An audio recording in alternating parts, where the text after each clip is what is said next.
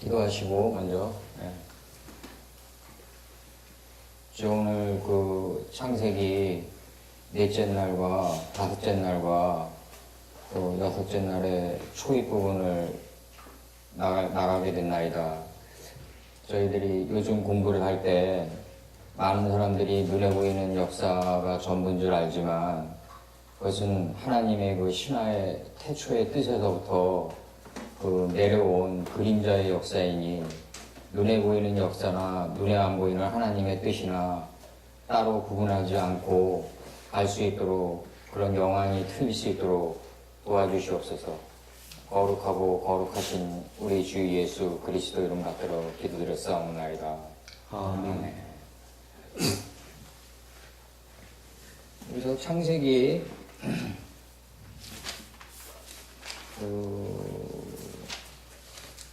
1장 16절을 보면요, 조금 이제 반복하고 지나가야 될 필요가 좀 있는데, 하나님이 두 큰 광명을 만드사 큰 광명으로 낮을 주관하게 하시고 작은 광명으로 밤을 주관하게 하시며 또 별들을 만드시고 이렇게 돼 있단 말이에요. 그러면 이제 큰 광명으로 낮을 주관했다는 얘기는 이 낮이 뭐 때문에 줬냐면 라오르 때문에 줬단 말이죠. 1장 5절에서 빛을 깨닫기 위해서. 하나님의 말씀의 빛을 깨닫기 위해서는 뭐가 필요하냐면 낮이 필요한데 이 낮이 뭐냐면 시간이란 말이죠. 그러니까 히브리어 어근으로 이걸 푸는 거예요, 이제. 예, 그러니까 낮이라는 게 뭐냐? 이게 시간이다. 하나님의 말씀의 빛을 깨닫기 위해서는 우리는 시간이 필요했다. 그러니까 하나님의 말씀을 깨닫는 거는 시간 속에서 점점 깨달아가는 거죠. 우리가 아무리 아픈 상처나 아무리 정말 우리가 깊게 패여서 더 이상 상처가 안 나올 것 같은 상처도 시간 속에서는 다 잊혀져 가고 덤덤해져 간다는 거죠. 그러니까 우리가 왜 이 시간이 왜 이렇게 중요하냐면 시간의 벽을 넘는 게 없어요. 우리가 시간의 벽을 넘는 게 있다면은 사라처럼 경수가 끊어져야 돼요. 나이가 많아가지고. 이 사라가 나이가 많아 경수가 끊어졌다는 얘기가 무슨 얘기냐면 사라가 완전히 접근했다는 얘기예요. 예. 서쪽 바다에 들어가가지고 완전한 접근에 그냥 가나안 땅의 전 지경을 자기 인격화시키는 그 시간의 절기에 들어갔다는 얘기를 바로 나이 많아 이렇게 표현되어 있단 말이에요. 서쪽 바다에 들어갔다. 저쪽 애들 표현식으로 하면 이제 서방 정토에 들어가는 거예요. 이제 완전히 그걸 나이 많았다고 표현하고 우리가 고령이란 게 뭐냐면 완전히 접근하는 나이가 고령이다. 예. 대부분 고령이 되면은 영혼의 뼈가 허물어지죠. 이제 정신의 뼈가 허물어지고 다들. 예. 근데 만약에 우리가 이 상태로 계속 공부를 해가면은 정신의 뼈가 아마 5큐빗으로 올곧게 설 거예요, 아마. 저는 그렇게 믿어요. 그래서 큰 감명으로 낮을 주관하게 하시고, 이게 그러니까 낮을 주관하게 했다는 말은 뭐냐면 하나님의 말씀을 하는 지혜는 증가해 갔다. 작은 강명으로 이제 소멸되는데 밤을 주관하게 하시며, 요 작은 강명으로 밤을 주관하게 하는 게 뭐냐면 이 밤이 뭐냐면 벨라 호세크 무지를 깨닫기 위해서 밤을 줬단 말이죠. 역경과 고난이에요, 어근이. 그러면 우리는 시간과 역경과 고난 속에서 우리는 하나님과 하나가 돼간다 이거죠. 첫째 날에 들어간다 이거예요. 근데 그 넷째 날에서는 작은 강명으로 밤을 주관하게 했다. 그 말은 무슨 말이냐면 역경과 고난이 점점 적어져 가야만 한다는 거죠, 이제. 그래서 작은 강명체가 된 거를 뭐라 그러냐면 양이라고 그랬던 거예요, 이걸. 작은 양이라고 그랬던 거예요. 그래서 밤을 주관하게 하시며, 그리고 또 별을 만들었다. 그럼 큰 강명은 뭐다? 하나님의 말씀의 빛을 아는 지혜는 점점 늘어나가지고 큰 강명이 돼요. 동시에 이게 시속 게임이에요. 나의 무지는 점점 소멸돼 가요. 점의 자리까지. 그러면 뭐가 나온다? 별들의 본체가 된다 이거죠. 별이라는 건 뭐다? 하나님의 말씀에 아는 지혜는 승하게 하고 무지를 소멸시킨 자가 별이다. 지금 치는 거예요, 지금 여기서. 이게 16절의 논증이다. 하나님이 두 큰 강명을 만드사 큰 강명으로 낮을 주관하게 하셨다. 하나님의 말씀을 아는 지혜는 늘어났다. 그 다음에 작은 강명으로 밤을 주관하게 하셨다. 그러면은 이 무지가 점점 없어져 가니까 역경과 고난이 점점 적어져 간다. 역경과 고난이 점점 사람은 인생을 살면서 있죠. 간결해져 가야 되고, 역경과 고난이 적어져 가야 돼요. 역경과 고난이 많이 이렇게 증가해 가면요, 거꾸로, 이거는 내 안에 무지가 증가하는 거예요. 예. 그래서, 하나님이 두 큰 강병을 만드사 낮을 주관하게 하시고, 하나님의 말씀을 아는 지혜를 증가하게 하고, 무지를 소멸시킨 자를 별들의 본체라고 했다. 별들의 본체라고 했다. 예. 요게 16절의 논증이에요. 그리고, 그 다음에 이제 하나님이 17절에 하나님이 그것들을 하늘의 궁창에 두어 땅에 비추게 하시며 이렇게 나가요. 근데 이제 아까 여기서 이 작은 강명으로 이제 밤을 주관하게 하는데 이 나일라 속에 복이 있단 말이죠. 내가 저번에도 얘기했지만. 복은요, 복으로 다가오잖아요. 그러면 복이 복으로 다가오면은 이건 의심해 봐야 돼요. 저번에 내가 비틀즈 그 화이트 앨범에서 그 해피니스 이즈 왕건이라는 표현까지 썼지만은 행복은 달콤한 곤충과 같은 거라고요. 독이 독. 그래서 이게 우리 안에 지혜가 있으면은 뱀이 물을 먹으면은 독이 돼요. 말이 물을 먹으면은 약이 돼요. 내 안에 뭐가 있냐에 따라서 외부적인 조건들은 별 문제시가 안 돼요. 내 안에 지혜가 충만하면은 그게 어떤 상태로 다가오든지 다 용해되고 소화될 수 있다. 예. 그래서 내 안에 지혜가 발효되고 다 소화된 걸 갖다가 비둘기라는 요나라는 단어를 쓰는 거예요, 이제. 예. 그래서 내 안에 지혜가 하나님의 말씀의 지혜가 지면에 스며들어서 완전히 발효된 자가 누구냐면 바요나 시모냐 베드로의 세컨 네임이 되는 거예요, 나중에. 그래서 하나님이 두 큰 강명을 만드사 지혜는 승하게 하고 무지는 소멸시켰다. 이게 별들이다. 예, 별들이다. 예. 그래서 이제 옛날에 이제 우리가 요거 뭐 삼국지에서 잠깐 뭐 예를 들으면은 삼국지 예를 들으면 어떤 현상이 나오냐면 사마이랑 그 제갈공명이랑 싸울 때 먼저 열줄기파를 이렇게 검은고를 띵긴단 말이죠. 검은고를 띵겨가지고 오늘의 전투의 작전은 뭐 어떤 식으로 전개 나갈 거다 하면서 이걸 리듬에 실어서 보내요. 그러면 사마이가 이거 좋은 작전이다 하면서 또 자기의 지금 생각, 오늘의 나의 작전을 갖다가 또 리듬에 실어서 검은고의 리듬을 타고 또 보낸다고요. 그래서 이제 그 인도에는 이제 무조초락이라고 있어가지고, 이 10명이면 10명이 이렇게 둘러앉아가지고, 시타를 치는데, 현재 마음의 자기 상태와 자기 사상을 리듬으로 표현하면은, 다음 사람이 이걸 받아가지고 또 리듬으로 대답하면서 나간단 말이죠. 이걸 이제 무조초락이라고 그러는데, 내가 여기다 좀 댓글을 다른 게 있어요. 우리가 리듬으로 듣는 것조차도 형이다 이거죠.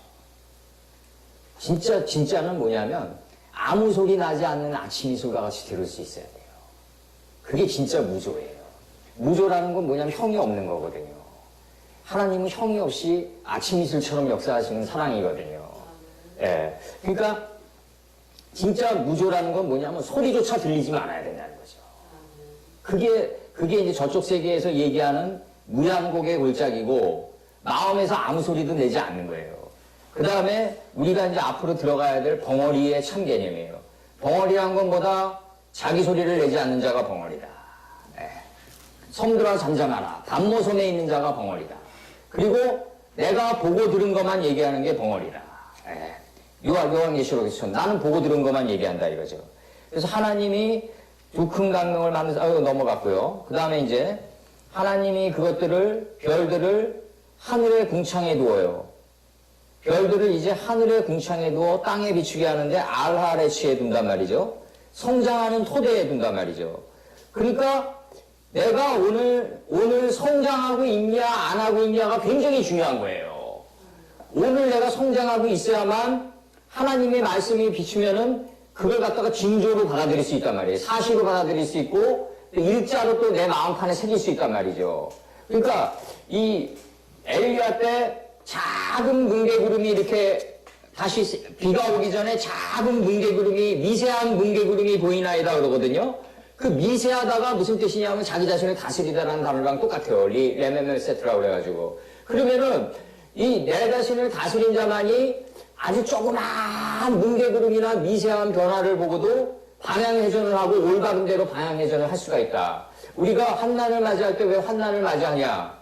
그것은 내가 감촉이었기 때문에 그래요. 하나님은 아주 큰 환난을 주기 전에 여러 번의 징조를 준단 말이죠. 여러 번의 징조를 주고 조금 아주 미세한 그 사인을 자꾸 줘요. 근데 우리가 우리 자신을 다스리지 못하고 살면은 그것을 감지하지 못하는 거예요. 그러니까 성장하는 토대여야만이 징조를 갖다가 받아들일 수 있어가지고 조그마한 단계에서부터 그것을 간파해가지고 방향회전을 해나갈 수 있다. 이게 굉장히 중요한 거고, 그래서 우리가 환난을 맞이할 때는 인생에서 지난 날을 우리가 다 돌이켜보자고요. 돌이켜보면은 환난이 막 트리플, 막 더블로 다가오고 트리플로 다가오는 경우가 많잖아요. 겹겹이 막. 이런 현상들이 왜 생기냐면 아주 조그마한 단계에서 내가 분별 능력이 없었기 때문에 그래요. 그래서 조그마한 단계에서 또 분별해가지고 방향회전을 할 수 있어야 된다. 그래서 그러려면은 내 안에 뭐가 있어야 된다? 별들의 본체를 가지고 있어야 된다. 근데 저번에 이마니엘 칸트 얘기까지 순수히 성기판이라는 책까지 얘기했어요. 하늘의 뜬 무별과 같이 내 마음 안에서 빛나는 도덕률이요. 그 하늘의 뜬 무별과 같이 내 마음 안에서 빛나는 지혜의 별들이요. 만약에 이게 있다면 하늘의 궁창에 두어 땅에 비추는데 알하아래치에 비친다 이거죠. 우리가 김현수 같은 타자가 3할 타자가 갑자기 막 2할 오픈 막 이렇게 떨어져요. 그러면은 이 사람은 감독이랑 뭘 의논하냐면 자기가 가장 잘 쳤던 순간, 과거에 자기가 타격이 가장 몸에 배트를 몸에 붙이고 가장 볼을 오래 볼 수 있었던 순간에 그 3할 2푼 3푼을 치던 때의 비디오를 자꾸 복귀해 볼 거라고요 아마. 그러면서 지금의 슬럼프를 아담이 깊은 잠에 빠졌던 걸 갖다가 자기가 깊은 잠에 빠졌던 걸 갖다가 들어올리면서 하나하나 이제 극복해 나갈 거라는 거죠. 왜 오늘날 알하아래치가 이게 성장한 토대에 땅에 비추는 게 중요하냐면 그것들을 하늘의 궁창에 두어 땅에 비추는데 이 땅이 알하아래치란 말이죠. 이 알하아래치가 왜 중요하냐면 오늘 내가 올바로 살아가고 하나님의 말씀과 하나로 일치된 삶을 살아가려는 노력을 하는 그게 내일의 아름다움을 더 만들어 나간다는 거죠. 이게 오늘 알라하레치가 없으면 내일은 자꾸 밑하트로 꺼져간단 말이죠, 우리가. 이게 베턴블루스가 되고, 머턴블루스가 되고, 점점 꺼져 내려간다고요. 그래서 이게 급기야는 자기 자신에게 사로잡힌 게 바로 우울증인데, 점점 그렇게 된다고. 우리가 오늘 알라하레치를 가지고 있어야 돼요. 오늘의 아름다운 모습이 내일의 아름다운 모습을 더 많이 궁창화시켜 나간다. 그래서 주야를 주관하게 하고, 이 주야를 주관하는데 이 주는 뭐 때문에 줬다? 라오르 때문에 줬다. 빛을 깨닫기 위해서 주를 줬다. 그 다음에 벨라 호세크. 무지를 깨닫기 위해서 뭘 줬다? 야를 줬는데 그 야가 뭐다? 바로 역경과 고난이다. 근데 역경과 고난 안에 우린 뭐가 있다? 복이 있다 이거죠. 이걸 볼 수 있는 자가 누구다? 긍정적인 정신의 날개를 가진 공중의 새다 이거죠. 이 쪼갤 수 있는 능력이 있어야 돼요. 그래서 주야를 주관하게 하고 빛과 어둠을 구분하니까 이것이 하나님 보시기에 좋았더라. 하나님 보시기에 좋았더라의 삶을 살아야 된다, 우리는. 내가 보기에 좋았더라의 삶을 살면 절대로 안 된다. 하나님 보시기에 좋았더라의 삶을 살아야 된다. 예, 여기서 하나님 보시기에 좋았더라가 이제 실증사에서는 어떻게 빚어지냐면요. 그 사울이 이제 첫째 딸의 이제 결혼을 앞두고 그 12지파의 통합을 이제 서두르게 돼요. 자기 살아생전에 이스라엘의 12지파를 통합시켜야 되겠다. 근데 이제 실증사예요, 이거는. 그러니까 사무엘이 어느 날 불러요. 12지파의 통합과 딸 결혼식 전에 아말렉 숙속을 치고 이 아말렉 숙속을 치면서 그 아이와 여자까지 다 도륙하라. 그러니까 왜 그러십니까? 그러니까 모세가 이스라엘을 출애굽할 때 그들이 괴롭힌 게 아직도 내 목전에 있다고 하는 여호와의 말을 전해요. 그러니까 사울이 뭐라 그러냐면 지금 십수년 전에 제 얘기를 하십니까? 그러니까 아말렉이라는 족속은 지금 아주 미세하고 아주 점에 불과한 아주 조그마한 부족이로 전락했나이다 이런다고요. 지금 중요한 거는 12부족을 통합해야 돼. 12부족을 통합하는 게 중요한 나이다 이렇게 얘기한다고요. 이게 자기 보기에 좋은 생각을 얘기하는 거예요, 이제. 이게 나중에 사울이 이제 왕권 찬탈의 빌미가 되고 다윗에게 이제 헤게모니가 넘어가는 거예요. 이제 이 사건 때문에. 그래가지고 이게 왜 중요하냐면 아말렉이란 게 이게 뭐냐면 그러니까 실증사로 보면은 그 당시에는 블레셋이 굉장히 강했어요. 막강한 군대였어요. 블레셋 족속이. 이 블레셋 족속이 아기스 왕이 통치하던 이 블레셋 족속, 오늘날까지도 블레셋은 필레스테 팔레스타인으로 해가지고 이스라엘과 앙숙이에요. 오늘날까지도. 이스라엘 태동기 때도 그랬어요. 블레셋은 항상 이스라엘과 호적 관계였어요.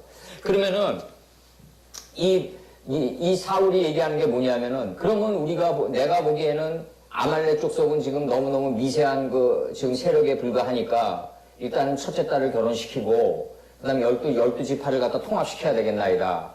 이게 왜 이런 현상이 생기냐면 홍수 전의 삶을 살고자 하는 거예요. 바로. 자기 생각으로 자기가 보기에 좋은 걸 얘기하는 거라고요. 하나님은 사울을 사랑하셔가지고 사울 네가 겉보기에는 12지파를 통합하려면 밖에 있는 12지파를 통합하려면 먼저 아내 거를 정립해라. 이 아내 게 뭐냐면 호전적으로 홍수 전의 삶을 살려고 하는 하나님의 언약궤 앞으로 말씀 안으로 시시각각 기어나가는 하루에도 3마리나 그 말다리처럼 기어나가는 너의 그 아말렉 족속을 먼저 치라. 만약에 그러면은 바깥의 12족속은 자연스럽게 실타래가 이렇게 엮여서 삼손의 머리땅 꼬듯이 12지파는 융합될 것이다.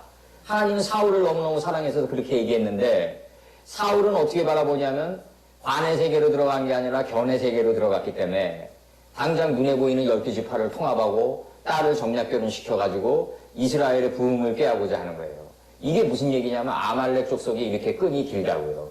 우리가 애굽에서 나올 때부터 지금 우리가 다 나름대로는 다 출애굽을 하면서 인생의 노정을 겪고 있어요. 우리가 출애굽을 하는데도 끊임없이 쫓아나오는 건 아말렉 족속이란 말이죠. 신명기에서 뭐라 그러냐면 아말렉 족속을 갖다가 뭐라고 표현하냐면 끝까지 가서 도륙하라고 해요. 네. 이 끝까지 가가지고 자식도 남기지 말고 어린아이도 남기지 말고 도륙시켜라고 해요.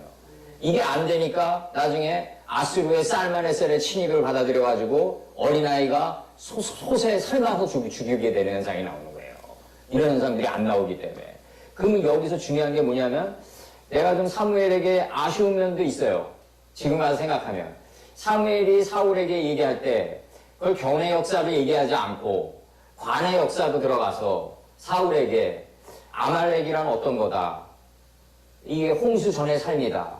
그리고 언약궤 앞으로 시시각각 기어나오는 우리 안에 존재하는 이 호전적인 욕망과 탐욕의 이 호전성을 이거를 왕이 먼저 정립하고 안을 정립하고 나가십시오. 이렇게 잘게 해가지고 이 방주의 뚜껑을 열어줬어야 되는데 그 시절은 우리가 12사도 시대 때도 마찬가지고 목숨을 걸고 갔던 시절이기 때문에 하나하나 그렇게 잘게 뚜껑을 열지를 못했어요. 실질적으로. 그만큼 공부들도 안 했고. 지금 여기서 내가 얘기하는 건 뭐냐면 아말렉 족속이 우리 안에 존재하는 어떤 족속이라는 거를 자세히 설명해주고 이것이 밖에 존재하는 아말렉이 아니라 사울왕 안에서 존재하는 이 아말렉 족속이 지금 비록 왕이 정말 느끼지 못할 정도로 미세하겠지만 언젠가는 이 왕에게 큰 올패가 되고 이거를 자신 안에서 제거를 못하면은 밖에 12부족을 제거했다고 그래도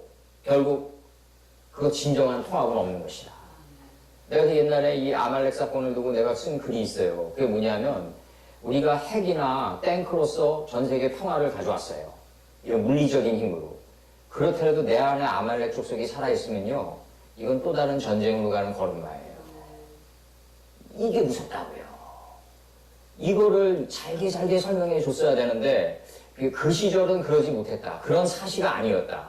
그렇기 때문에 우리가 이제는 하나하나 정말 우리 끈기와 성곽의 길이인 인내를 가지고 하나하나 우리 안에 존재하는 아말렉 족속이 뭐냐, 브리스 족속이 누구냐, 이 가나안 족속의 하나하나를 갖다가 잘게 뚜껑을 열어가지고 설명해 줘가지고 자신 안을 보호해가지고 방향회전을 시키는 이 시대에 우리가 목자들이 돼야 된다는 거죠.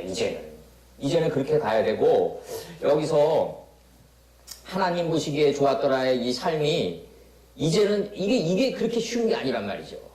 정말 나보기에 좋은 삶을 살면 우리는 안 된다. 절대로 하나님 보시기에 좋았더라의 삶을 살아가야 된다. 그리고 여기서 이제 저녁이 되며 아침이 되니 넷째 날이다 이거죠. 이 저녁이 뭐냐면 하나님의 말씀의 오루와 우리의 무지가 교환되어 나가는 때가 저녁이다. 하나님의 말씀의 오루와 하나님의 빛과 말씀의 빛과 우리의 무지가 교환되어 나가면 저녁이 되며, 이제 저녁이 되니까 이제 깨달음의 속사람이 일어나는 아침이 오는데, 이게 창세기 18장으로 가면 송아지로 나온다. 아침이. 이 송아지가 굉장히 중요한 거고, 이 넷째 날이다. 이 넷째 날이 뭐냐면 우리 안에 이 침상 밑에, 이 환도뼈 밑에, 궁창 밑에 66권의 이 하나님의 말씀이 다 창조되어 있는 이 침실에 이 66권의 푸른 초장에 들어누웠다. 이걸 넷째 날이라고 해요. 완전히 일치해서 들어누웠다. 이거를 넷째 날이라고 그런다. 이게 동침하다예요. 들어누웠다. 나 주께서 나를 푸른 초장에 뉘으시며, 이렇게 나가요. 그게 뭐다? 바로 넷째 날이다. 그럼 여기서 창세기 2장 9절을 내가 읽어드릴게요. 창세기 2장 9절을 보면은 뭐라고 나가냐면,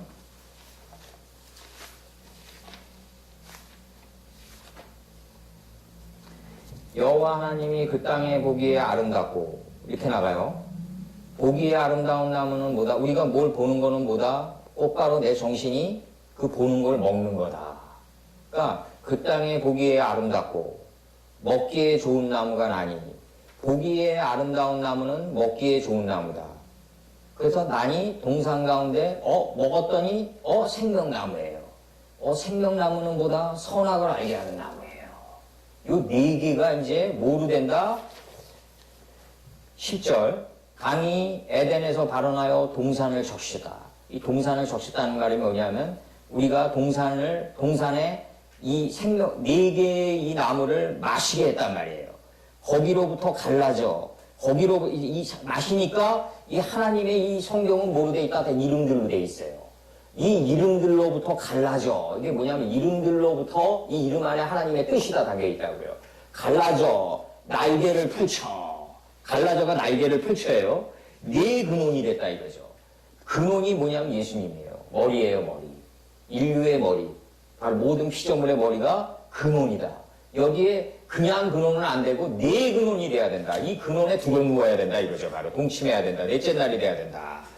이래서 나오는 게 뭐냐면 첫째 이름은 빗손이다 이거예요. 이 빗손이 뭐냐면 내 안에서 하나님의 말씀의 지혜가 유수처럼 흐르는 거예요. 우리 신채호 선생의 그 조선민족연구사라는 책의 서문을 보면요. 뭐라고 신채호 선생이 얘기하냐면 이 빗손에 대해서 나름대로는 내가 많은 역경과 고난과 많은 고독 속에 정말 이 책을 쓰니, 나의 사상을 이 책에 담으니 읽는 모든 이들은 나의 사상을 받아들여 지면에 적셔달라 이거죠. 동산을 마시게, 동산에서 마셔서 뭐라고 표현하냐면 유수처럼 흐르게, 이 지혜가, 각자의 지혜가 유수처럼 마음 땅에 흐르기를 바란다고 얘기해요. 신채호 선생님이. 이게 빗손이에요. 하나님의 말씀이 이제 우리 안에 들어가면은 지식은 역경과 고난, 시간과 역경과 고난을 통과하지 않으면 절대로 지혜가 안 된다. 지식과 지혜는 10번 남짓하다. 굉장한 갭이에요. 지식은 연약한 거예요. 이건 창호지 한 장 뚫을 만한 힘도 없어요. 이 지식이 지혜가 되려면, 파워로 드러나려면 일단 육신의 눈이 멀어야 돼요. 삼손처럼 육신의 눈이 멀고 소년이 인도하는 대로 양쪽에 기둥에 두 기둥을 칼로 껴야 돼요. 이 양쪽에 두 기둥이 뭔지 아세요? 미타트와 메아리예요. 궁창 아래와 궁창 위에 기둥을 껴야 돼요. 그리고 몸을 굽혀서 이걸 무너뜨려야 돼요. 활처럼 몸을 숙여야 된단 말이죠. 활처럼 숙여서 그 기둥을 무너뜨려야 돼요. 그랬을 때 뭐가 나오냐면 삼손이 죽었을 때 죽인 자가 살았을 때 죽은 자보다 많다 이거죠. 이게 우리가 사람을 사귈 때 기본적으로 이거 정신의 목에 넥타이처럼 매고 있어야 돼요. 내가 살아있으면 사람을 올바로 대할 수 없어요. 삼손이 죽을 때 죽인 사람이 살아있을 때 죽인 사람보다 더 많단 말이에요. 내가 죽어야 된다. 내가 죽어서 펼치는 게 바로 무트살라오다 이거죠. 바로 5장에서 나오는 내가 죽으면 지혜의 물이 빗손이 된다. 그래서 금이 있는 하늘과 온 땅을 두르는데 이 금이 뭐냐면 자하브예요. 토브가 아니라. 이게 뭐냐면 션이라는 그 가수가 자기 부부를 뭐라고 얘기하냐면 우리 부부는 원석으로 만났다가 정금으로 발전되는 부부다. 이렇게 표현을 해요. 어린 나이에 이렇게 나름대로는 성숙된 표현을 하더라고요. 물론 이제 그게 이제 인식적으로 가불로 받아들이는 상태일 수가 있어요. 그 나이 시간의 절기로 볼 때는. 근데 이제 이게 자하부가 우리 안에 원석이 있어요, 분이. 이 원석은 우리 게 아니에요. 이건희 회장이 신입사원들에게 오늘 가불로 500만 원씩 주겠다. 그러면 이제 500만 원이 내 통장에 입금되면은 그 내 이름으로 입금된 거지만 한 달 동안 일을 해야지 그게 내 거가 되는 거예요. 그러니까 하나님의 말씀은 66권은 믿는 자나 안 믿는 자나 다 우리 마음 안에 들어가 있어요. 가불로. 근데 이 금을 톱으로 만들어야 되고 아르박사스로 만들어야 되고 스보임의 빛으로 만들어야 돼요. 이거를 지면에서 쓸어버렸다고 표현하는 거예요. 노아 때. 이 지면에서 쓸어버렸다가 아니라 지면에서 마강시켜 나갔다 이거죠. 원판 번역이. 그렇게 번역하면 안 돼요. 그래서 첫째 이름은 빗손이다. 금이 있는 하일라 온 땅을 들었다. 이 하일라가 뭐냐면 춤을 추다, 제사장의 직분을 다하다라는 이게 뜻이란 말이죠. 금이 있는 하일라 온 땅을 들어야 돼요. 그냥 금이 있으면 안 되고 이 금을 어떻게 만들어야 된다? 톱으로 정금으로 만들어야 되고 이게 또 빛나가지고 이게 내 안에서 해처럼 떠오르는 아르박삿이 돼야 되고 하나님의 말씀의 빛이 이 하나님의 말씀이 점점 내 안에서 빛나가지고 떠오르는 해처럼 빛나는 아르박삿이 이제 내 몸을 통해서 나가는 스보임의 빛이 돼야 된다. 요렇게 이 금을 발전시켜 나가는 거가 갖다가 하윌라라고 그랬다. 그래서 금이 있는 하일라 온 땅을 갖다 둘렀다. 이런 삶을 살아야 된다 이거죠. 정금으로 만들면 안 되고 이 정금으로 빗손이 있는 빗손이라 금이 있는 하일라 온 땅에 두르지 않으면 어떻게 되냐. 만약에 금이 있는 이렇게만 하고 끝났어요. 이게 만약에 예를 들어서 그러면 예수님은 이걸 뭐라고 표현하냐면 한 달란트를 너 땅에 그대로 묻어두고 나한테 온 그냥 사악하고 게으른 종아라고 친다고요. 그냥 원석으로 그대로 남겨두고 오는 거예요. 하일라 온 땅의 노력을 안 한 거예요. 정금으로 만들고 아르박사스로 만들고 그 다음에 스보임의 빛으로 내 몸을 통해서 하나님의 빛이 내 몸을 통해서 나가게끔 하는 그 삶을 못 사는 거예요. 저번에도 얘기했지만 장사하는 사람이 아무리 남루한 목장으로 오고 정말 정말 아무리 정말 이상하게 정말 남루한 목장으로 오고 매일 그냥 하이라이트 시간에 저녁에 하이라이트 시간에 계속 와가지고 그냥 백반이나 시켜 먹고 이래도 그 사람을 변함없이 대할 수 있었던 건 뭐다? 사람을 외모로 취하지 말라는 거였다. 이 말씀을 가지고 이 사람을 외모로 취하지 말라는 이 금이에요. 이걸 아직까지 우리는 발전시키지 못했어요.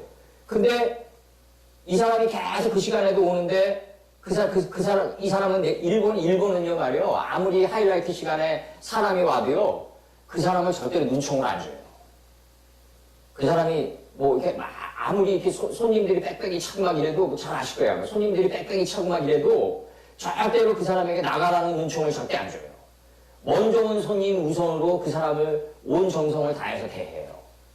일본 서비스 문화가 그래서 세계 최강인데 내가 보기에는 근데 이제 이게 그 사람 나름대로의 금이 있을 거예요. 부모로부터 받았던 아니면 자기가 우상으로 섬겼던 어떤 롤모델의 사업가들로 같았던 원석의 금이 있을 거라고요, 아마. 근데 이 금이 토부가 되고 아르박삿이 되고 스보임의 빛까지 발전시키면서 이게 사람을 외모로 취하지 말라는 이 하나님의 말씀의 금이 이제 어쨌든 하나님의 말씀의 금이 두렵기 때문에 그냥 내 몸을 통해서 일단 나갔어요. 1차원적으로 그냥. 아주 낮은 단계에서라도. 하나님이 두렵기 때문에. 그러면은 그 중소기업 나중에 그 사람이 모 회사의 회장일 수도 있고 사장일 수도 있고 또 회사의 어떤 그 식사를 회사의 엄청난 진짜 회사 전체의 회식을 갖다 그 가게에서 할 수도 있고 그래가지고 점점 해가지고 그 가게가 번창하고 열매 맺고 번창하는 오병의 기적에 이르게 됐단 말이죠. 이런 것들은 뭐냐면 이런 것들이 바로 금이 있는 하일라 온 땅으로 발전돼 나가는 거다.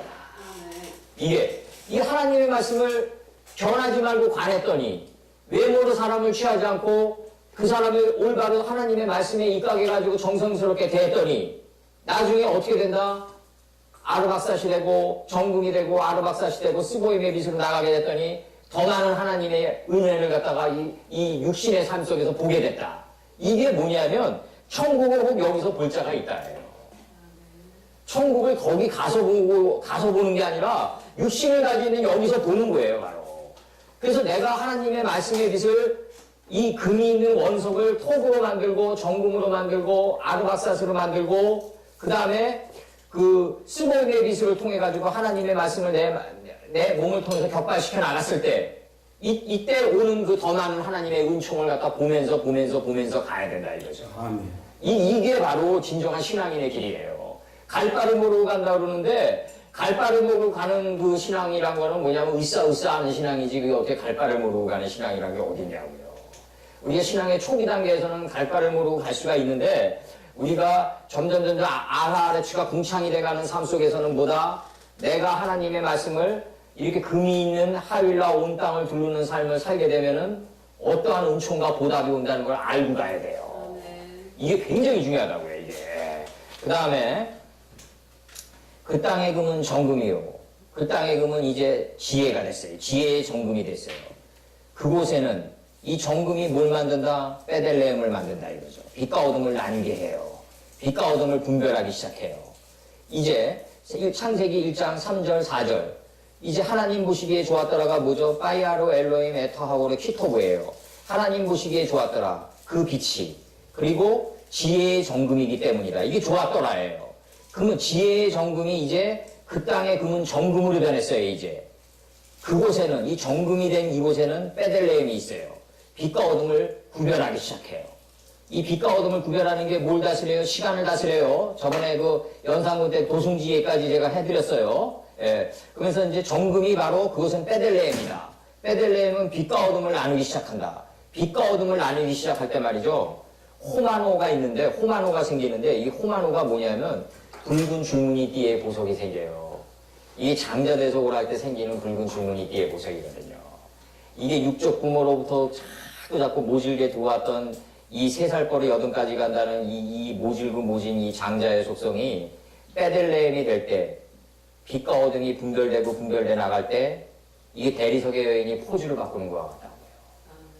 쉽게 그렇게 붕괴가 안 돼요. 이게 이게 7대가 지나면서 짐승의 속성이 사라져간다고 그러잖아요. 다니엘서에서. 단번에 사라져가지 않는다고요. 우리가. 이게 큰 강명과 우리가 작은 강명을 나눌 때 이 큰 강명이 점점 우리 안에서 하나님의 말씀을 하는 큰 강명이 지혜가 늘어나면 적은 강명이 단번에 점의 자리로 소멸이 안 된단 말이죠, 이게 단번에 내쫓아지지가 않아요. 그래서 그 땅의 금은 정금이요. 그곳에는 베들레헴도 있고, 이 베들레헴이 뭐냐면 빛과 어둠을 나눠서 분별하는 거예요. 이 분별할 때 뭐가 생기냐면 붉은 줄무늬띠의 보석인 호마노 보석이 생긴다 이거죠. 이렇게 생겨요. 붉은 줄무늬띠의 보석입니다. 예. 이 붉은 줄무늬띠의 보석의 이 정신의 핏자국이 6월절 할 때 바로 6월하는 그 표적이 돼서 재앙이 넘어가게 되는 거예요. 바로 우리 인생의 훈장이에요, 이게. 예, 호마노브가. 예. 그래서 둘째 강의 이름은 기혼이다. 이 무한히 반복되는 강의 흐름은 무지야를 깨고 나오는 거다. 이 무지야를 깨고 나올 때 뭐가 생긴다? 공포가 온 땅을 휘감는다. 내가 하나님의 말씀을 적용해서 무지야를 깨고 나올 때 구스가 온 땅을 휘감는다 이거죠. 정말 저번에도 내가 얘기했지만 바비온이 정말 뭐 기아나 섬에 가가지고 7번째 바운딩이 막 가장 이게 바운드가 세다는 걸 알고 들어가보고 더스틴 호프만 보고 가만히 띄우자고 그랬을 때 실제로 그날이 왔어요. 그러면은 이 밑에를 보니까 막 파도가 넘실거리고 가만히 띄웠는데 과연 7번째 바운딩이 가장 세지 않으면 어떻게 할 것이냐. 안 맞으면 어떻게 할 거냐 이거죠. 근데 저번에 산 넘어가면 양 한 마리 있다. 잡아와라. 산 넘어갔는데 전 인생을 보고 산 넘어갔는데 양 한 마리 없으면 어떡하면 이게 온다고요. 반드시 사람의 생각이. 이게 바로 아말렉 속성이에요. 끊임없이 쫓아온단 말이죠. 우리한테. 이 아말렉 속성이. 이걸 제거해야 나가야 된다고요. 우리가. 아멘. 예. 그래서 이게 둘째 강의 우리 죽는 순간까지 쫓아와요. 우리한테. 예, 이 아말렉 속성이. 둘째 강의 이름은 기홍이다. 그러니까 이게 무한히 반복되는 이 강의 흐름은 뭐다? 기홍이다 이거예요. 무지야를 깨고 나올 때 구스가 온 땅을 휘감는다. 공포가 온 땅을 휘감는다. 근데 내가 여기서 하나 얘기해 드릴게요. 우리가 물리학에서 보면은 만유 반발력이 있고 만유 인력이 있어가지고 균형이 잡히거든요. 이게 바로 이제 평지인데 높은 마음은 낮추고 이 침체된 마음은 들어 올려가지고 균형이 맞춰진 마음자리가 이게 평지예요. 이게. 그래서 여호수아가 평지에서 제사를 지냈는데 이게 뭐냐면 영화 바비론을 보면은 드가는 마치 비겁쟁이가 돼 있고 빠삐오는 마치 자유의 상징으로 돼 있잖아요. 근데 이게 둘 다 보면 율법에 걸린 범죄자들이죠. 이제 냉철하게 보면은 범죄자들인데 이 우주에는 누가 있어야 되냐면 빠삐온 같이 만유반발력으로 치고 나가는 사람이 있어야 되고 그것을 잡아가지고 적정 수준으로 잡아 끌어주는 사람이 있어야 돼요. 그래서 우리나라 보면 남자들이 과거에 보면 뭐 사업하느라고 막 그냥 집안 돈 다 사가지고 막 나가고 막 이러잖아요.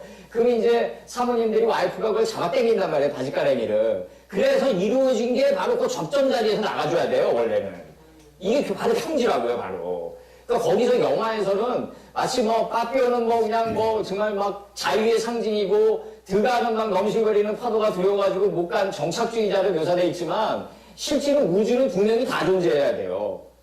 반발력과 그걸 잡아당기는 인력이 존재해줘야 되지 이게 평지가 유지된다고요. 균형이 잡힌다. 그래서 이제 둘째 강의 이름은 기혼이다. 이 무한히 반복되는 강의 흐름은 무지하를 깨고 나오는 이 기혼이다 이거죠. 무지하를 깨고 나오고 하나님의 말씀을 적용하려고 그럴 때 뭐가 온다? 공포가 온 땅을 시감는다. 만약에 내가 이걸 했는데 내가 어떤 행동을 하고 나를 죽이고 어떤 행동을 하고 산제사를 나름대로 드렸는데 하나님의 은총이 내가 원하는 시기에 안 오면 어떡하지? 이게 온다고 해요. 반드시 와요. 공포가 온 땅을 시감는다니까요. 이때 뭐 어떻게 나가야 된다? 셋째 강의 이름은 시대결이라고 나가라는 거죠. 셋째 강의 뭐다? 3요소다. 셋째 날이다. 정확히 하는 지식의 풀, 인식과 분별의 씨를 맺게 하는 채소, 인격의 열매 맺는 나무로 시대결해라. 신속하게 찔러나가라. 구슬을 찔러서 돌파해 나가라 이거예요. 이게 바로 아수르 동편으로 직행하는 길이다. 올바름의 동편으로 직행하는 길이다 이거죠. 이 동편으로 직행하는 길이다. 동편이 보다 반동편 재버리는 곳이에요. 바로 재버리는 점의 자리로 직행하는 아수르가 하는 길이다. 그러면 넷째 강은 뭐다? 이제 하나님의 푸른 초장에 들어놓은 이후 그것은 뭐다? 열매 맺은 자리에 들어가게 된다. 후페라트예요. 그곳은 열매 맺은 곳이다에 들어가게 된다. 유브라데 강에 들어가게 된다. 이 넷째 강의 완성이 여기서 이거죠. 2장에서 한 번 더 반복시키는 겁니다. 여기서 우리가 둘째 강의 이름은 기혼이다. 내가 무한히 반복되면서 내가 하나님의 말씀을 적용하고 무지하를 깨고 나오려고 할 때 반드시 뭐가 온다? 공포와 불안이 우리를 휘감는다. 안 맞으면 어떡하나? 이게 온다고요. 11조 하나를 떼어놓더라도 이거 떼어놓으면 내가 생활고에 시달리면 어떡하냐? 막 이런 게 온단 말이에요. 그러나 내가 여기서 얘기하고 싶은 건 뭐냐면 우리 정주영이 말 한번 들어올리자고요. 해보라고요. 해보라니까요. 해보기나 했냐. 해보면은 답이 나와요. 해보면은 이제 더 많이 열매 맺는 것이 유브라데가 점점 다가와요. 열매 맺은 그런 게 다가와요. 그걸 봐요. 그러면 이제 나중에 어떻게 들어간다? 하나님의 말씀을 하는 지혜는 점점 내 안에 투발 가인이 돼요. 그냥 가인이 되는 게 아니라 내가 누구를 찔러 죽이는 그냥 가인이 되는 게 아니라 내 안에 허무의 싹을 찔러 죽이는 그냥 가인이 되는 게 아니라 내가 정확히 하나님의 말씀과 의도를 알고 내 안을 찔러 들어가는 투발 가인이 돼요. 그럼 투발 가인의 누이는 뭐죠? 나아마예요. 이게 나아마가 뭐다? 즐거움과 기쁨으로 드리는 단계까지 갈 수 있어요. 우리가 모세가 동풍을 불러오게 해가지고 마른 땅을 보이면서 이 마른 땅을 지날 때는 번제다 이거예요. 동풍이 회개케 하는 바람이니까. 그러나 엘리야 때 요단강을 가를 때는 달라요. 세마포 옷 있죠? 오른손에 감아서 쳐요. 그럼 엘리야가 하늘로 빨리 올라가는데 아마 내가 보기에는 엘리야가 실제로 하늘로 빨리 올라갔을 거예요. 아마 내가 볼 때는. 이런 하늘로 빨리 올라갔는데 문제는 뭐냐면 그렇게 가르치면 안 된다는 거죠, 우리는 이제. 저 하늘로 계속 올라가봤자 뭐가 있냐고요. 엘리야가 빨리 올라가는데 어디로 빨리 올라가냐면 하늘이 내 마음 안으로 들어와 있다는 거죠, 이미. 내 마음의 천국 안으로 들어오는 거예요. 점점. 엘리야는 어디로 빨리 들어갔다? 바로 하늘로 올라갔는데 바로 이 하늘이 어디 들어와 있다? 우리 마음 안에 들어와 있다. 하늘은 어디 들어와 있다? 지 안에 하늘이 이미 들어와 있다 이거죠. 이게 바로 뭐 한덕뼈 미치고 바로 궁창 밑에 뭐가 있다? 그러니까 욥선친이 뭐라 그런다? 너희가 물밑 깊숙한 곳을 걸어가느냐. 창세기 7장 11절에서 뭐라 그랬냐? 너희가 깊음의 샘들, 이 태음의 무저갱의 물이 터지니까 하늘의 창들이 열려요. 그러면 무저갱 물 밑에 뭐가 있다? 하늘의 창이 이미 들어가 있는 거예요. 그 하늘 보려면 어디로 가야 된다? 우주선 타고 계속 올라가봤자 의미 없어요. 그건 답 안 나와요. 하늘로 가려면 어떻게 해야 된다? 마음 안으로 들어가는 둥근 나사 모양의 사닥다리를 타고 들어와야 된다. 야곱의 사닥다리가 일자형 사닥다리가 아니라 마음 안으로 들어오는 둥근 나사 모양의 사닥다리를 타고 들어와야 된다. 그게 그 마음 안으로 들어와야 돼요. 천국이 여기 있다 저기 있다 하지 말라고 그랬어요. 그래서 하나님의 말씀처럼 큰 나라가 어디 있느냐? 그럼 하나님의 말씀이 내 마음판에 새겨져요. 이미 새겨져 있어요. 그럼 천국이 내 마음 안에 들어가 있는 거죠. 신명기 4장 6절에서 뭐라 그래요? 하나님의 말씀처럼 큰 나라가 어디 있느냐? 그럼 하나님의 말씀이 내 마음 안에 잠언 3장 1, 2, 3절에서 뭐라 그래요? 하나님의 말씀이 내 마음판, 너 하나님의 말씀을 마음판에 새겨라. 마음판에 새겨져 있는 걸 봐라 이거예요. 정확히 얘기하면. 우리가 뭐 하나님의 말씀을 감히 어떻게 새기겠어요? 우리가 피조물이. 마음판에 새겨져 있는 걸 봐라. 이미 새겨져 있다 이거죠. 그러면 하나님의 나라가 어디 들어와 있다? 우리 마음 안에 들어와 있다 이거죠. 에스겔 선친에게 뭐라 그러죠? 에스겔 3장 1, 2절에서 하나님의 말씀을 정신의 창자에 채우라. 그럼 사라가 속으로 웃었어요. 이제 이삭을 낳는다 그러니까. 사라가 나이 많아 경수가 끊어졌는데 이삭을 낳는다 그러니까 속에서 웃었어요. 그 속이 어디예요? 창자 안에서 웃는 거예요.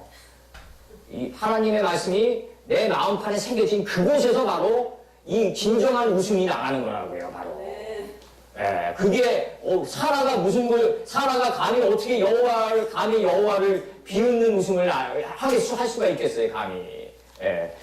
그거는 이 안에 비사를 따내지 못한다면 창세기에서 뭐 사라가 웃었다 뭐 이런 모든 비유는 그냥 일개 가족사에 불과한 거다. 가족사보다도 오히려 못하다. 그 안에 담긴 하나님의 엄청난 태초의 뜻을 하나하나 다 떠낼 수 있어야 된다고. 그리고 5장에 이제 들어갑니다. 하나님이 가라사대 물들은 생물로 번성케 하라. 이제 주야를 주관하고 빛과 어둠을 나누니까 내 안에 있는 호세크 무지한 물이 살아있는 생물로 되어가지고 어디까지 덮인다? 가장 낮아진 마음자리인 요단에서부터 노선신이 들어갔던 점이 된 먼지가 된 자리인 소알 땅까지 이게 덮여요. 요단에서부터 소알까지 물이 창이라더라. 그럼 요단에서부터 소알까지 하나님을 아는 지혜의 물이 덮이니까 이게 떡게가 돼요. 이게 바로 인자가 머리 둘 곳이 되는 거예요. 인자가 머리 둘 곳이 없다고 그러잖아요. 그러면 인자가 머리 둘 곳은 어디다? 하나님을 아는 지혜의 물이 이제 무지한 물이 생물로 바뀌어서 번성케 돼서 이제 요단에서 소알까지 덮여요. 창세기 13장 10절에서 노시 눈을 들어 멀리 바라보니 물들이 요단에서 소알까지 창이라더라. 자기가 눈을 들어 멀리 바라봤다 이거죠. 이게 사람이 눈을 들어 멀리 바라보지 못하면 가까운 근심에 사로잡힌다고요. 그래서 항상 눈을 들어서 멀리 바라보려면 어떻게 해야 된다? 가장 높이 나르는 새가 돼야 된다. 가장 높이 나르는 새는 보다 바로 창세기 18장 5절에서 뭐라 그런다? 솔개가 사체 위에 내려요. 사체들 위에 솔개가 내려요.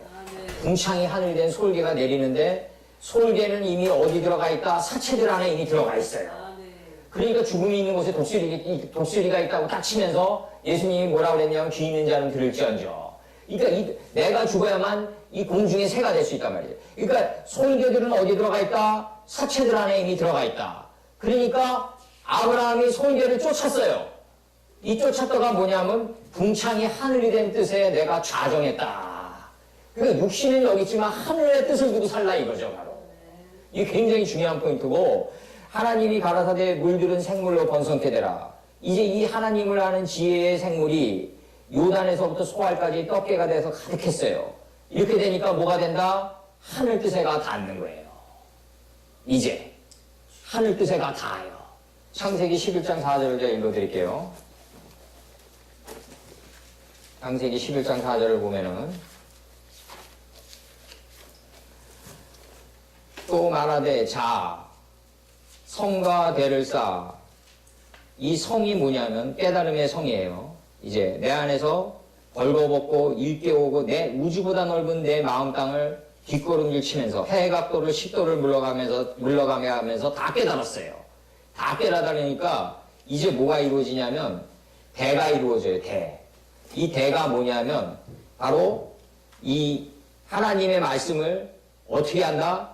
이제 하나님의 말씀이 이제 내 안에서 깨달음의 지혜의 성이 점점 지혜의 물들이 늘어나니까 이제 내가 어디에 올라가냐 하면은 가장 궁창이 하늘이 된 자리를 바라볼 수 있는 이 망루가 돼요. 이게 대예요. 망루가 뭐다? 타워예요, 타워. 이게 그 대가 타워예요. 내가 이제 궁창 아래로부터 그물들을 인시가 구별하겠고 궁창 위로부터 그물들을 인시가 구별을 하니까 내가 이제 깨달음의 지혜의 물이 늘어나서 생물이 점점 늘어나니까 이제 뭐냐면 성이 대가 돼요.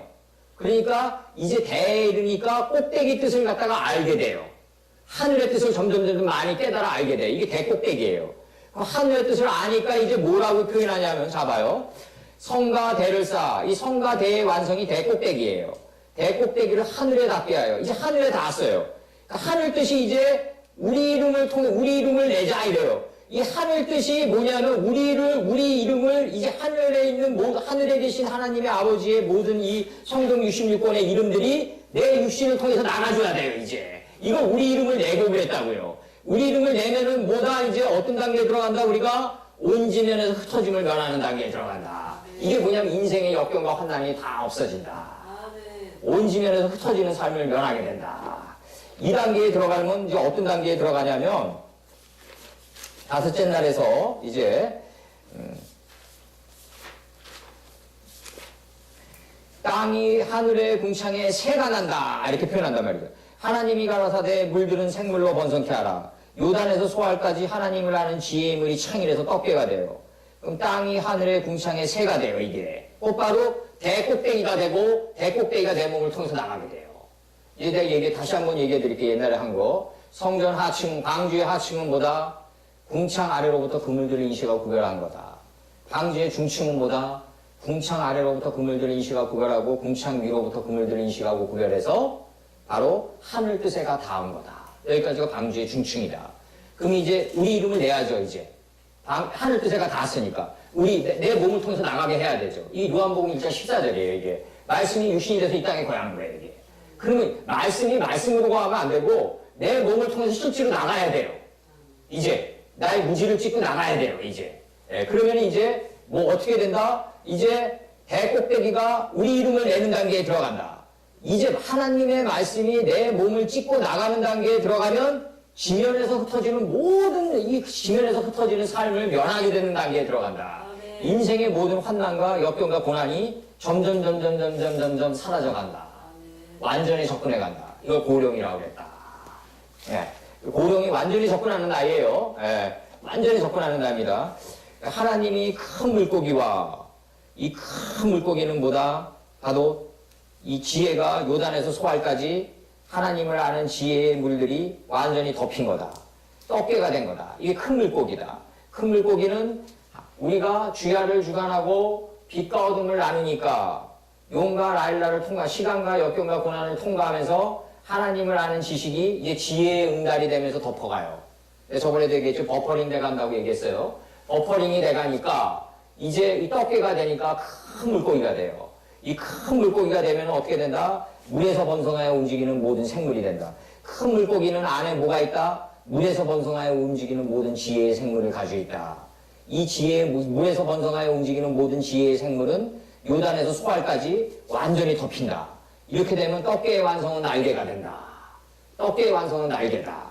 그러면 요단에서 소알까지 하나님을 아는 지혜의 물이 생물이 되다 덮이면은 날개 있는 모든 새가 된다. 날개 있는 완성된 새가 공중에 하늘 뜻에가 닿으니까 궁창이 하늘이 되니까 날개 있는 모든 새가 된다. 여기서 우리가 아담이 돼가지고 우리가 이제 이름 줘봐요. 그러면은 이제 이름 짓는 게 나와요. 이제 2장에 이름 줘봐요 하면은 주야를 주관하고 빛과 어둠을 나뉘게 하니까 우리 안에 무지한 물이 살아있는 생물이 돼서 가장 낮아진 마음자리인 요단에서부터 점이 된 마음자리까지 소알 땅까지 이제 떡게가 돼서 다 덮여요. 그러면 요거를 뭐라고 그래요? 이름 줘봐요 하면 뭐라고 그럴까요? 우리 큰 물고기라 이름 짓는다. 그래서 절간에 가면은 꼭 이 지붕 위에 큰 물고기를 달아놨다. 큰 물고기를 다 달아놨다. 얘네들이. 왜 달아놨는지 걔네들이 어떤 의미로 달아놨는지는 난 모르겠어요. 그러니까 왜냐? 이게 다 힌두이스트들이 불경에 영향을 입혀가 힌두이스트들이 성경을 워낙 공부를 많이 했어요. 그래서 이렇게 되면 큰 물고기가 되면 뭐다? 물에서 번성하여 움직이는 모든 생물이 그 안에 있게 된다. 물에서 번성하여 움직이는 모든 생물이 창일하게 되면 궁창이 하늘이 된다. 하늘 뜻에가 닿는다. 날개 있는 모든 새가 된다. 이 날개 있는 모든 새가 되면은 아브라함이 새는 쪼개지 못한다. 더 이상 분별할 수 없다. 새는. 그리고 아브라함이 이 궁창이 하늘이 된 그 뜻에 좌정한다. 이제 그걸 쫓았다. 이렇게 표현한다고. 솔개를 쫓았다. 예. 솔개는 더 이상 쪼갤 수 없다. 예. 그리고 이제 아브라함이 그 사체들 위에 내리는 솔개라고 한글 성경에 표현되어 있는데 이 사체들이 뭐냐면 이제 바벨론 국 밑에 있는 고레스 조소. 이 고레스 조소가 뭐냐면 새 예루살렘 성전을 건축하라는 조소예요. 이 조소가 바로 쪼갠 고기들이에요. 이 잘게 쪼갠 고기들이 조소다. 예. 그리고 하나님이 그들에게 복을 주어 가라사대 생육하고 번성하여 여러 바닷물에 충만하라. 이게 다섯째 날에 오병이 이루어지는 거예요, 이제. 그럼 우리가 사람이 어떤 노력을 해가지고 오병이어가 이루어진 게 아니라 오병은 이미 우리 안에 들어와 있고 이어의 노력을 하나님이 하게끔 한단 말이죠, 우리가.